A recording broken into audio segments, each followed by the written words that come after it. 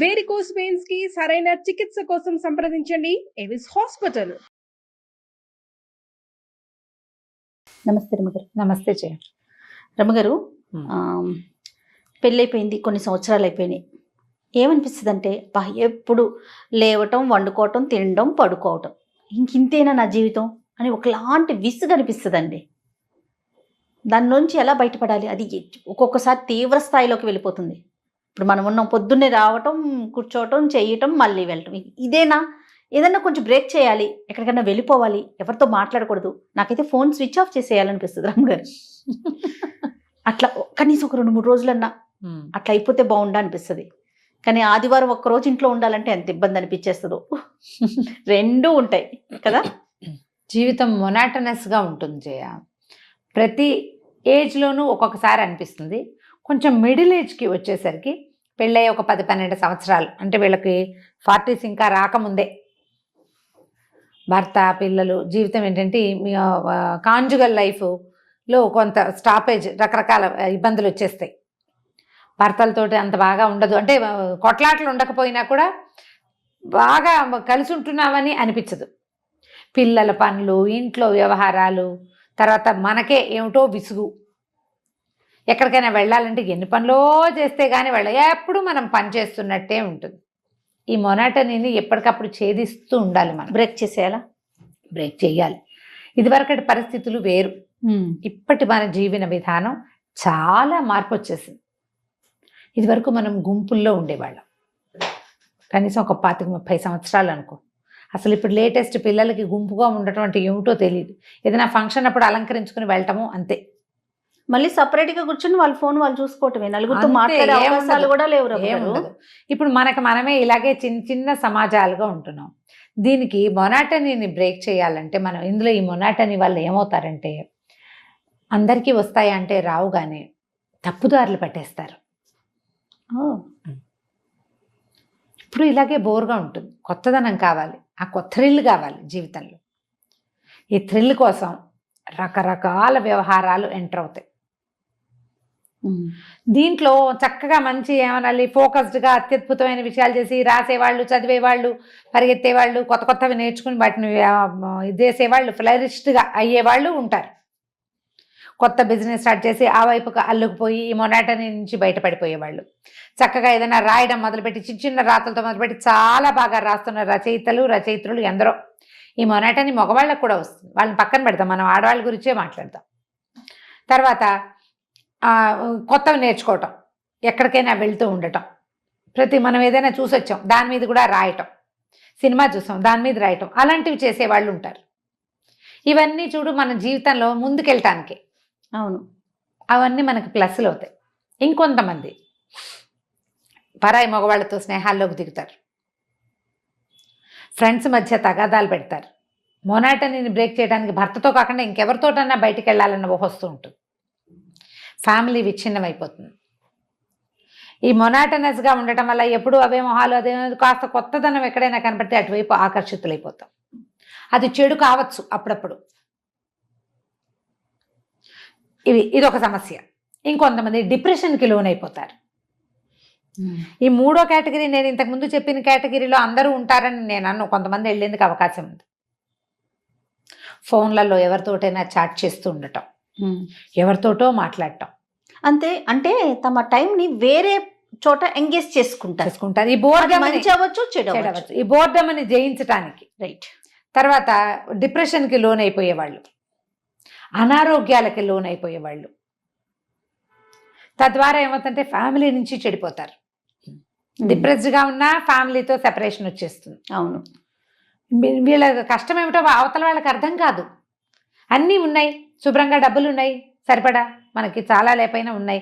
So ఇలా ముచ్చాలాగా పిల్లలు ఉన్నారు, అమ్మ నాన్న ఉన్నారు, భర్త బాగానే ఉంటాడు, అతనికి ఏం హ్యాబిట్స్ లేవు, బాగానే ఉంటాడు, సంసారం నడు. ఎందుకు ఈ అమ్మాయి డిప్రెషన్గా ఉంది, ఇంత డిప్రెసివ్గా ఎందుకు అయిపోతుంది అర్థం కాదు. లోన్లీనెస్, మొనాటనీ నిన్ను అలా చేస్తున్నాయనే విషయం అవతల వాళ్ళకి అర్థమే కాదు. నాకు డిప్రెషన్ అమ్మా అని చెప్పేవాళ్ళని నేను ఎంతమందిని వింటూ ఉంటానో జయ. డిప్రెస్డ్గా ఉంటుంది అంటే మనం ఏంటంటే మనకున్న ఈ పరిస్థితుల్ని బీట్ చేయటం రాదు, దాటి వెళ్ళటం రాదు. దాటితే తప్పేమో అని అనిపిస్తుంది. స్వతంత్రించలేకపోతారు. నాకు విసుగ్గా ఉంది, నేను ఏదైనా చేస్తానంటే రెండో వాళ్ళు దాన్ని సమర్థించరు, ఒప్పుకోరు. వాళ్ళతోటి కూడా ఒకవేళ మిగిలిన విషయాల్లో బాగానే ఉంటారు. ఇలా ఈమెకు వస్తున్న ఈ విసుగుని, ఈ చికాకుని వాళ్ళు అర్థం చేసుకోలేరు. డిప్రెషన్ క్రమంగా అనారోగ్యానికి దారితీస్తుంది. ఈ మొయ్యలేని బరువు అయిపోతుంది జీవితం. మోకాళ్ళ నొప్పులు వచ్చేస్తాయి తొందరగా. మెనపాజల్ ఇష్యూస్ వచ్చేస్తాయి తొందరగా. ఎంతసేపు ఇంకొంతమందికి ఖాళీగా ఉండి ఉండి భర్తల మీద అనుమానాలు వస్తూ ఉంటాయి. మనకేం పని లేదు, ఎంతసేపు వాళ్ళ మీదే దృష్టి, పిల్లల మీదే దృష్టి. భయాలు వస్తాయి. వాళ్ళకి ఏదైనా అయిపోతుందేమో, వీళ్ళకి ఏదైనా అయిపోతుందేమో, అమ్మా నాన్న ఏదైనా అయిపోతారేమో, మరణాలు. అక్కడి నుంచి కొంతమంది టీవీ న్యూస్లు తెగ చూసేస్తుంటారు. అవునండి. న్యూస్లు చూసి భయం. ఎలా జయించాలి రమ్మగారు మరి? మొనాటనీని జయించాలంటే ముందు మిమ్మల్ని మీరు జయించాలి. నేను మొన్న చేసిన వీడియోలో నేను చెప్పలేదు అదే, నాకు కూడా అలాగే ఉంటుంది. దాని నుంచి ఎవ్వరూ తప్పించుకోలేరమ్మా. ఇది అందరికీ ఉండేది. బాగా బిజీగా ఉండి రోజస్తమానం పనిచేసి అంటే క్రియేటివ్ పనులు చేసే వాళ్ళకి కూడా మొనాటనీ వస్తుంది. నేను చెప్పట్లా, మంచి అంతే, మంచి సంపాదనలో ఉన్న వాళ్ళకి కూడా మొనాటనీ వస్తుంది. అద్భుతమైన అద్భుతమైన దాంపత్య జీవితం, మంచి సంసార జీవితం ఉన్న వాళ్ళకి వస్తుంది. మొనాటనీ రావటం ఏంటంటే మనకి సమాజం చిన్నదైపోవటం వల్ల వస్తుంది. శరీరంలో హార్మోన్స్లో ఒక చిన్న ఇంబ్యాలెన్స్ ఏర్పడినా కూడా వస్తుంది. ఓకే. విసుగుదల జయించాలంటే మీరు ఏ బంధనాల్లో కట్టుబడి ఉన్నారో వాటిని లూజన్ చేసుకోండి. కొంచెం ఒక చిన్న హౌస్ వైఫ్ అనుకుందాం, మామూలు house wife, middle class family. మీకు సరదా వచ్చే ఏ విషయాన్నైనా తీసుకోండి. అది ఫ్యామిలీని ఇబ్బంది పెట్టకూడదు, మీ సేఫ్టీకి ఇబ్బంది కాకూడదు. కానీ సరదాలని ఒక లిస్ట్ అవుట్ చేయండి. సరదాగా బకెట్ లిస్ట్. చిన్నప్పుడు ఎప్పుడో చేయాలనుకున్నా. మన ఇలాంటి మాటలు చెప్తేనే లంగా ఓణీలు వేసుకోవాలని ఉండేది ఆవిడికి. ఓణీలు మొదలుపెట్టిన కొద్ది రోజుల్లోనే పెళ్లి చేసేసారు. అత్తగారు ఓణీలు వేసుకొని ఇవ్వలా, చీరలు కట్టించేశారు. చిన్నప్పటి నుంచి ఎర్లీగానే శారీస్ కట్టుకున్నారు. అసలు ఆకుపచ్చ లంగా, నల్ల ఓణి అవన్నీ సరదాలు ఉండేవి ఆవిడికి.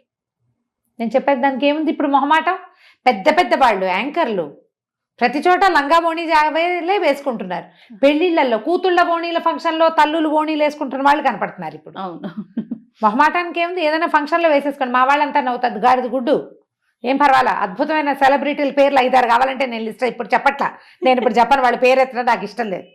నేను వాళ్ళని తక్కువ చేయటల్లా. బాగానే ఉంది, నాకు సరదాగానే ఉంది. సరదా పడండి దాని మీద. ఏమిటి ఈ వేషం అనుకోకండి. ఒంటి నిండా బట్టలు ఉన్నాయి కదా, చీర అయితే ఏమిటి, ఓణి అయితే ఏం తేడా? నేను డ్రెస్ వేసుకుంటే అందరు కొంతమంది అడిగారు, మీరు కూడా వేసుకుంటారు, ఏంటి డ్రెస్సులో తప్పు? అదేమన్నా టీషర్టా, అదేమన్నా ప్యాంటా? కాదుగా. అవునండి. చక్కగా ఒంటి నిండా బట్టలుగా ఇక్కడి నుంచి మొదలుపెట్టి చేతులు ఇక్కడ దాకా ఉండి శుభ్రమైన డ్రెస్, ఒంటి నిండా అంటే ప్రోగ్రామ్ ను బట్టి మనం డ్రెస్ ఉంటుంది. ప్రోగ్రామ్ కూడా కాదు, మీ ఇష్టం, అది నా చాయిస్. ఏనాటి మా నాయనమ్మ నాయనమ్మ పోయిందే 86లో. 86లో పోయిన మా నాయనమ్మ 82లో 87లో పోయారు. 81, 82లో పిల్లలు ఓణీలు ఎందుకు లాగు చొక్కా వేసుకో, ఒంటి నిండా పొట్టంతా కనపడుతుంది, పిల్లకి పొట్ట కవర్ చేసుకోవటం రాదని 82లో మా నాయనమ్మ, అప్పటికి ఆవిడ ఇంచుమించుగా 80 సంవత్సరాల వయసున్న ఆవిడ, లాగు చొక్కా వేసుకో అంటే చుడీదార్ వేసుకోవటం అన్నమాట. పంజాబీ డ్రెస్సులు అప్పుడు కొత్త, చక్కగా ఉంది, ఒంటి నిండా బట్టలు ఉన్నాయి పిల్లకి. ఆ ఓణీలు ఎందుకు, పొట్టంతా బయట, ఇవంతా బయట అనేవారు మా నాయనమ్మ. ఈ వెనకబడిన జాతిని ఏమనాలో అర్థం కాదు నాకు. ఒక చుడీదార్ వేసుకుంటే మీకు తప్పు. వీళ్ళకి ఇలాంటి పిచ్చ ఆలోచనల నుంచి బయటికి రండి అమ్మ. ఈ పిచ్చల్లో పడకండి. ఒంటి నిండా వేసుకునే బట్టలు ఏవైనా వేసుకోవచ్చు. మొనాటనీని జయించండి. మీకు 50 ఏళ్ళున్నా 70 ఏళ్ళున్నా పర్వాలేదు. అసభ్యకరంగా ఉంటే పోనీ నువ్వు మాట్లాడాలి, నువ్వు ఏదైనాను. అసభ్యత లేదు, ఒంటి నిండా బట్టలు ఉన్నాయి. నువ్వు ఎవరిని ఏమనగలవని ఎవరినైనా ఏమైనా అంటావో చెప్పు. మరి నీ సొంత పిల్లల మీద మనకి కంట్రోల్ లేదు కదా ఇప్పుడు. అట్లాగే ఉన్నారు రమ్మగారు. ఎందుకో ఈ పిచ్చి ఆలోచనలో నుంచి బయటకు వచ్చేయండి. మీ ఫ్యామిలీకి ఇబ్బంది కలగకూడదు, మీ సేఫ్టీకి ఏదీ రాకూడదు, అసభ్యతకి అవమానపడే రకమైన ప్రవర్తనకి వెళ్ళకండి. మీ ఆత్మగౌరవాన్ని, ఆత్మాభిమానాన్ని రక్షించుకుంటూ మీరు ఏ మొనాటనీలో నుంచి మీకు విసుగ్గా అవుతో దాంట్లో నుంచి చేంజ్ చేసుకోండి. నా సజెషన్స్ ఎప్పుడూ కూడా చాలా ప్రాక్టికల్గా ఉంటాను జయ. నేను అవునండి, నా సొంత విషయంలో నేను ఏం చేయగలను నేను అదే చెప్తా కానీ నేను చెయ్యలేనివి నేను చెప్పట్లేదు. పొద్దున్నే నిద్రలేచి అంటే వాళ్ళంతా బంగారు తల్లులు, నేను పొద్దున్నే లేస్తాను కానీ అందులో లేవగానే స్నానం చేసి స్టవ్ ముట్టుకునే గుణం లేదు నాకు. ఆ బంగారు తల్లిని కానని చెప్తున్నాను నేను ఓపెన్ గా. ఎస్, మోస్ట్ ప్రాక్టికల్ థింగ్స్ ఈ రోజుకి కావాల్సిందే. ఇవాళకి ఏం కావాలి, అందులో మనం ఇబ్బంది పడకూడదు, మన కుటుంబం ఇబ్బంది పడకూడదు, మనం హాయిగా ఉండాలి. ఈ తలకాయ నొప్పులు, ఈ విసగట, దీన్ని బీట్అవుట్ చేయండి. నా పాయింట్స్ ఏంటంటే ఎక్కడికైనా అవుటింగ్కి వెళ్ళండి. ఇప్పుడు ఉద్యోగాలు నేనున్నాను రమ్మగారు, నా గురించి చెప్పండి. నువ్వే అవుటింగ్, నీ ఆయన, పిల్ల, అమ్మ, అక్క కాదు, నాతో పద. ఓకే, అలా గ్యాప్ తీసుకోండి. ఫ్రెండ్స్, మన ఫ్రెండ్స్ తోటి ఒక 3-4 కలిసి వెళ్ళొచ్చు కదా. ఒక చిన్న ప్లేస్కి ఎక్కడికైనా వెళ్ళండి. బాధ్యతలు లేని ఒక 2 రోజుల జీవితాన్ని అనుభవించండి. ఇందులో బాధ్యత లేదా అంటే అసలు లేకపోవట్లేదు. మీ బాధ్యత మీ మీదే ఉంది, మీ కుటుంబ మర్యాద మీ మీదే ఉంది, మీ ఆత్మగౌరవం మీరే కాపాడుకోవాలి. ఈ బాధ్యతను తీసుకోండి. పిల్లలు, బట్టలు, భర్త, సామాన్లు, బ్యాగ్ పెట్టావా, అది పెట్టావా, ఇది పెట్టావా, ప్రశ్నల నుంచి 2 రోజులు బయటకు రండి. ఓన్లీ 2 days అని చెప్తున్నా నేను. ఇందులో మిమ్మల్ని బరి తెగించమని ఇవి నేర్పిస్తారా అలాంటి పిచ్చి ప్రశ్నలు వేస్తే పిలిచి మరీ పళ్ళు రాలగొట్టేస్తా. ఎవరైనా సరే ఇంటికి పిలిచి పళ్ళు రాలగొట్టేస్తాను. ఎందుకు రమ్మగారు బాగా కోపం వస్తుంది జయ నాకు. ఏమిటి ఒక హాయిగా ఫ్రీగా ఉండండి అంటే ఇవి నేర్పిస్తారు. ఏమిటి అవి నేర్పిస్తారు? నేనా బట్టలు ఇప్పుకుని తిరగమన్నానా? మంచిని తీసుకోలేకపోతున్నారు. ఎందుకంటే మీ బుర్రలో బూజుంది, మీ బుర్రలో పాత చింతకాయ పచ్చడి ఉంది 10 ఏళ్ల క్రితం. దాన్ని పారేయండి బయట. మనుషులుగా ఉండండి కనీసం. ఈ రోజున ఏది అవసరమో అది తీసుకోండి. ఖచ్చితంగా నేను నీతులు కాదు చెప్పేది, అవసరమైన విషయాలు. నేను చేయలేకపోతే చెప్పకూడదు, చేసేది కదా చెప్తున్నాను నేను. మరి గ్యాప్ తీసుకోండి. చిన్ననాటి స్నేహితుల్ని కలవండి, చిన్నప్పటి విషయాలు మాట్లాడుకోండి. ఏవైనా చేదు జ్ఞాపకాలు ఉంటే ఎక్కడైనా చెప్పి వాటిని లెట్అవుట్ చేసేసుకోండి. ఎవరో ఒకళ్ళకి చెప్పండి, మీకు మీరే చెప్పుకోండి. దేవుడి దగ్గర కూర్చుని మీ కష్టాన్ని చెప్పేసుకోండి. తలిపేసేసుకోండి, వాకిలి తలుపులు వేసేయండి, చక్కగా దీపారాధన చేసుకోండి, పువ్వులు పెట్టి బాగా అలంకరణ, పాయసం అవి ఇవి చక్కగా చేయండి, 2-3 స్వీట్లు, దేవుడి దగ్గర కూర్చోండి. మీకు లోపల ఏ చికాకు, ఏ విసుగుతోటి మీకు మొనాటనస్గా అనిపిస్తుందో ముందు అది తెలుసుకోండి, దాన్ని బయట పెట్టేయండి. చక్కగా దీపారాధన చేసాం కదా, పాయసం అవి నివేదన పెట్టి పాయసం తినేయండి. తర్వాత ఎంత ఫ్రెష్గా ఉంటుందో చూడండి. ఓకే, చాలా ఫ్రెష్గా ఉంటుంది. దీంట్లో నుంచి బయటపడడానికి ఈ రోజు వారిది ఒకే రకంగా పనిచేస్తూ ఉంటాం కదా, వాటిని బీట్ చేయండి. అవే రకపు వంటలు వద్దు, కొంచెం మార్చండి. ఇంట్లో సామాన్లు అవి అన్ని ఎప్పుడు ఒకేలా ఉంటాయి అనుకోండి. సోఫాలు, కుర్చీలు మార్చండి, కర్టెన్లు మార్చుకోండి. ఏదైనా ఫ్రెష్ పువ్వులు ఇంట్లో కనపడేలాగా పెట్టుకోండి. మొక్కలు పెంచండి. ఇంట్లోనే కాస్త చక్కగా పచ్చటి మొక్కలు ఇవాళ ఇక్కడ హ్యాంగ్ చేస్తే రేపు ఇంకో చోట హ్యాంగ్ చేయండి. బెడ్రూమ్లో ప్రతిరోజు ఒక అగరబత్తి వెలిగించుకోండి, మీకు నచ్చిన వాసన ఉండేది. పర్ఫ్యూమ్స్ అవి కాకుండా సాంబ్రాణి పొగ వేసుకోండి. దానివల్ల కొంత ఫ్రెష్ ఫీల్ వస్తుంది. ఏ మొనాటనీని మీరు జయించాలని భావిస్తున్నారో ముందు అది ఏమిటో మీరు తెలుసుకోండి. మీకు విసుగ్గా ఉంది, అదిగా ఉంది, ఇదిగా ఉంది, ఏంటి నాకేం కావాలి అనేది మిమ్మల్ని మీరు ప్రశ్నించుకోండి. మొదట మనకి ప్రశ్న, ఆ సమాధానాన్ని మన దగ్గర నుంచి మనం రాబట్టుకోండి.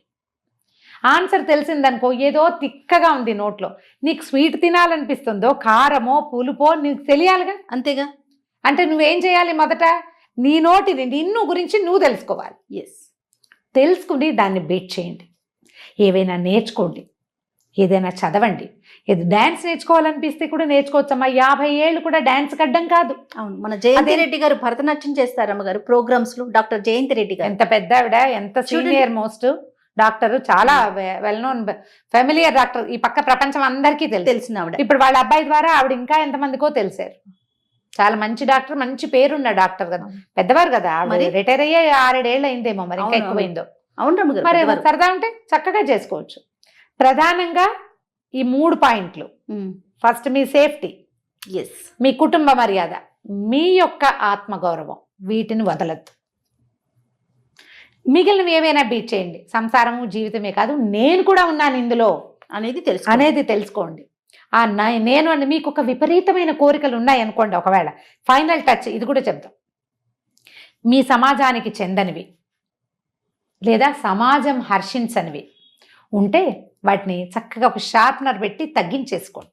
ఇంత పొడుగు పెన్సిల్ని కూడా షార్ప్నర్ పెడితే మొత్తం చెక్కేసి ఇంత చేసేయచ్చు. మనం జీవితంలో మనకి విపరీతపు కోరికలే కాదు, జీవితం కూడా కావాలి. మనతో ముడిపడి ఉన్న మిగిలిన సమాజాన్ని గౌరవించాలనే ఆలోచనని పెంచుకోండి. సమాజంలో ఉన్నాము అనే జ్ఞానంతో ఉండాలి.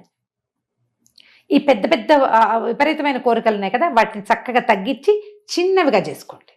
అవి తీర్చుకోవడానికి ప్రయత్నం చేయండి. బట్ విపరీతమైన కోరికల జోలికి వెళ్ళి వాటి కోసం పరుగు పెట్టాలని మరీచికల వెనకాల పరిగెత్తి ఆ పని చేయొద్దు. ఇబ్బందులు తెచ్చుకోవద్దు. మీరు ఇబ్బందులు తెచ్చుకోవద్దు, కుటుంబాన్ని రోడ్డు మీద పెట్టద్దు. రైట్. జాగ్రత్తగా చేస్తే మొత్తం బోర్డంని జయించేయచ్చు. ట్రై చేసి చూడండి. సూపర్. నమస్తే రమ్మగారు. నమస్తే జయ.